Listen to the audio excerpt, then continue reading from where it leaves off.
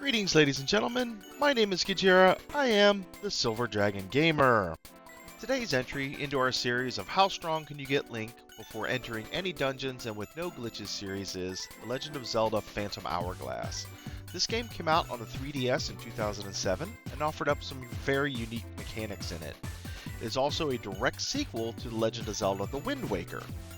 The unique mechanics that you will notice as we're playing this is that it appears to be that there are two screens. Obviously that's because the 3DS was a two-screen system, and this game utilized both screens. The touch screen on the bottom for movement, and the top screen was your map. You could switch them back and forth as you need to do various things in the game, but for the most part that's how the game worked. So we're going to be seeing the map and the movement a lot on this game. It may be a little disconcerting, I apologize, it's just the nature of this game.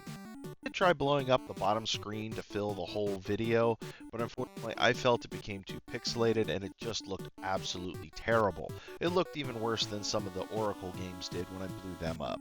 Now, as the game begins, we're greeted with this really cool papercraft storyline, which is a recap of Wind Waker being told by Nico, the little pirate guy that always called us Swabby in Wind Waker. We wake up on Tetra's ship, and it turns out that they're looking for a ghost ship. And of course, they find said ghost ship. This inevitably leads to bad things happening. Tetra gets sucked away by the ship, and Link falls off the side of Tetra's pirate ship into the ocean. Now he does wash up on a beach where he is greeted by a little fairy. Now the fairy's name is Sela, and she kindly offers to take him to see her grandfather because she too at one point was washed up on the beach and found by this kindly old man named Oshus. Link and Oshus get to talking about the ghost ship, and Oshus advises Link not to go seeking it out. Unfortunately, Link being Link and very stubborn, he's going to ignore the old man's advice and is going to seek the ghost ship anyway. Oshus will finally relent and tell Link that he needs to head across the island to the harbor to talk to Linebeck, and Celia will offer to be his guide to the harbor to find Linebeck. We take off out of the house here, and the first thing we feel is that there's an earthquake. Now the next thing we're going to do is we're going to come over here and help this guy clean out his chicken pens for a few rupees. This is more of a tutorial quest to help the player get used to using the stylus to click on people to talk to them and click on items to pick them up. The stylus is the main new mechanic for this game and is used to walk about and do just about everything instead of your standard button controls. I can't really say I'm a big fan of this mechanic. It's kind of weird and kind of clunky. And if you're trying to do it through emulation, everything's just done with only the mouse instead of clicking and tapping like you normally would with a 3DS. Because obviously you don't have access to the touch screen. Unless of course you're emulating this on like a tablet or something that does have a touch screen. Now we're going to head for the harbor, but oh no, that earthquake wiped out the bridge, so what do we have to do? We have to go the dangerous way through the woods and through another cave. Going through that cave would get us killed normally, but we have to pick up a sword. Turns out that Celia lets us know that Oshu actually possessed a sword, so we have to go talk to Oshu after exploring his cave. Once we walk back outside, Celia will tell us, oh, it's in this cave, and then we have to come over here and go inside, and normally to unlock this door, you would have to go out and count how many palm trees you can find on the island. The answer is 7. So now that you have that, we can go in and unlock the chest and pull out our first weapon of the game, Oshu's sword. Now that we can defend ourselves, we're going to head back out of his little storage cave where we're going to run into Oshu himself. He's going to be like, alright, fine, if you're going to take the sword, let me at least teach you how to use it. And then you have to go through this training tutorial to do all of the standard attacks that you can do in most of the 3D games. But this time you have to learn how to do them with the stylus. And it is a lot different. So once we complete that, we're going to head off and go pick up a couple of rupees and head into the cave to get to the harbor. Now we come up here and hit this little thing and it'll go boing boing, hey, here's how to somersault. If you swirl circles around the edges of the screen, it'll let Link somersault, but he can get dizzy. If we somersault into that one tree, it gives us a red rupee. Now in this cave here, we have to get a small key to unlock that door, which personally, I think it should have been a big key because that's a really big honking lock. But we'll come over here, kill some chews, grab the key, and move on to the next section where we see these levers that have to be pulled in the correct order, otherwise snakes will drop down on us and attack us. Now to learn what the correct order is, we have to go into these side caverns on both the left and right side of the cave. Now as we go in, we're going to want to read these tablets here. This side is going to tell us that for the first pull we need to do second from the left, and then we come over here to the other side and we kill off the keys and open up this chest for some free 20 rupee. We then check this tablet, which is going to give us 2 more pieces of the final puzzle. Now that we have them, we know the answer is 2143, and if you go to all, do me a huge favor and like, subscribe, comment, and share the video. It would really help out a lot. I'd really appreciate it. Thanks again. And now that we've pulled the levers in the correct order, we're granted a small key to unlock the door in the middle here and continue on our way. Go through the door here, on up the stairs to the second floor, where we're going to be greeted by a bunch of rats. And as we're killing off the rats, we find yet another locked door. And to unlock that door, we have to get yet another small key, which unfortunately this time is being carried by a very fast rat, who keeps ducking into these rat holes. Now if we want to catch him, we have to close up one of the rat holes by dragging this block over and pushing it up against the rat hole so he can't get into it. And then we have to go back and kind of try to figure out a way to trap him on that other side there with that blocked up rat hole. As you can see, it takes me a little bit to figure out that, oh yeah, I need to run past the rat. I keep running back and forth trying to chase him. Doesn't exactly work. And eventually, you'll see that I run past the rat, wait patiently for him to come back, and then jump him, kill him, and take the small key.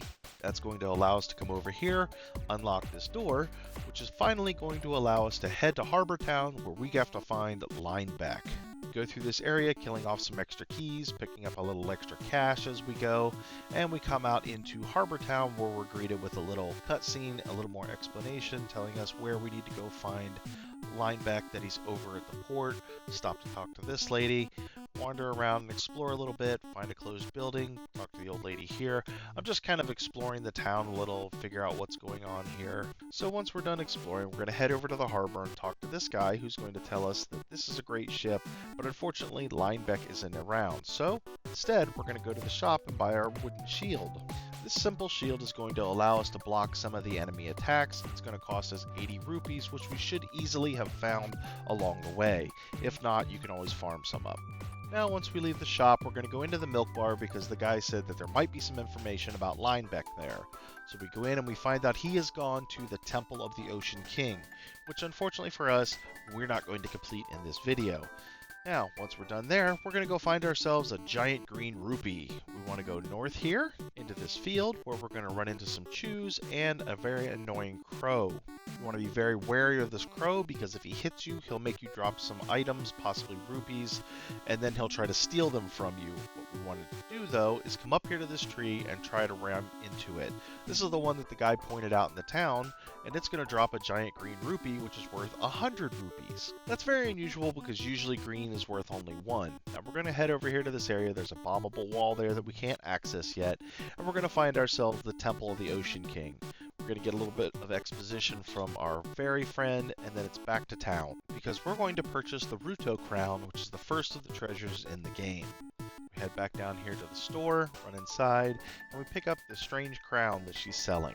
Now we look at the items and we notice that there's a new item, the purple potion there. At this point I try to buy bombs, but unfortunately she says I can't because I don't have a bomb bag, so we're stuck just buying the crown. After that, I want to find out what this purple potion does, so I head back outside to do some speed farming for rupees. By speed farming, I mean turning into Link's lawnmower service and killing off chews repeatedly, as well as geese, and breaking various rocks and things like that. I keep going into the caves here because that causes the chews to be reset. Just coming into the village and going back, unfortunately, does not. And as you can see, we're going to run back and forth a ton on this.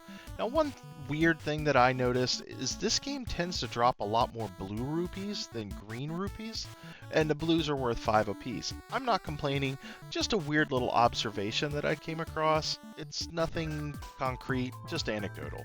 Now, we're going to go purchase our purple potion, and now we're going to find out what it actually does. When we buy it, we find out that it refills 8 hearts and brings us back to life if we run out of hearts. that's kind of interesting. I've never seen a potion do that. Usually that's a fairy's job. Now, we're back to earning rupees because we need to purchase the red potion. For the red potion, we need 50 rupees, and as you can see, it's back to the usual of farming keys, farming chews, and avoiding that crow like it has the plague. Because obviously, we don't want to lose rupees, so I run around here all over the place, and then it's back to town to go purchase our red potion. So we head into the shop and we purchase the potion from the nice lady. Now the red potion can be carried at the same time as the purple, and the red is only good to heal 6 hearts. It does not bring us back from death. It has to be used as an item, it doesn't auto trigger. So now we're back out to farming more rupees because we want to buy that big weird red gem.